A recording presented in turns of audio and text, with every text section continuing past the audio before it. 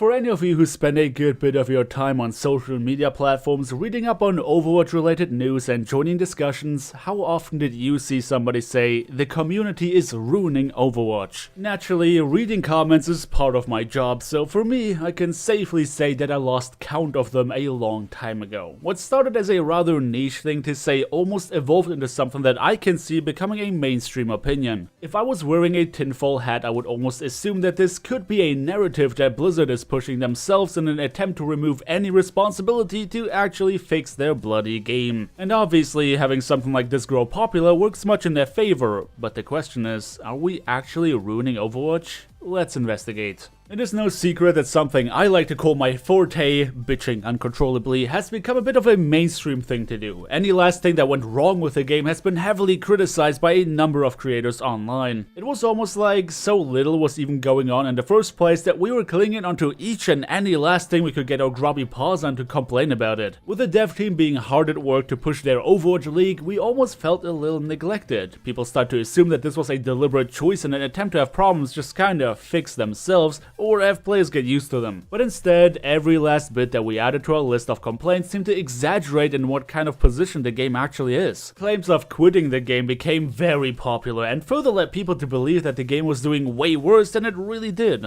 Naturally, this perfectly fed into the culture that is hating on anything you don't like behind the safety of your monitor. People who didn't like Overwatch in the first place would further spread the notion that the game was dying. With all that negativity in the air, it is no surprise that some people would rise to the occasion to defend the game and point out that we are making things look way worse than they really are. As much as this might be a noble act, pretending that nothing is wrong with the game does not help the cause either. Only through criticism can the developers grow and improve on the experience that Overwatch is supposed to deliver. But naturally, mindless hate is not going to achieve that. Neither of the extreme sides of that spectrum are the right way to go. To find out if the community is truly ruining Overwatch, we have to find out where all of that hate is coming from in the first place. And once you go down that path, you should quickly learn that the complaints are justified. And I'm just going off of the comments under mostly my own videos. Balancing decisions that led to some of the most dreaded meta trends in competitive history. Terrible quick play matchmaking. Very little done on the side of adding more arcade game modes or PvE modes with replayability. The report system not handing out bans quickly enough with players ruining matches for months before seeing as little as a 3-day suspension. No improvements to social features at all. The lack of incentive to actually group up in what they call a team-based game, and I could run out of breath tenfold before finishing this list. Again, that's mostly just comments I've seen under my own videos in the past couple of months. As it stands, it is very sad to see that Overwatch is best enjoyed as a side game. The less you play and the less you are invested, the more you can enjoy it for the things it does really well because you are oblivious to most of its flaws. And that obviously sucks for all of us who want this game to be our main time sink. But again, that's only to illustrate that the complaints are not coming out of nowhere. It just feels like everything is only getting worse when the developers don't say anything for months to then have the next big thing be an announcement for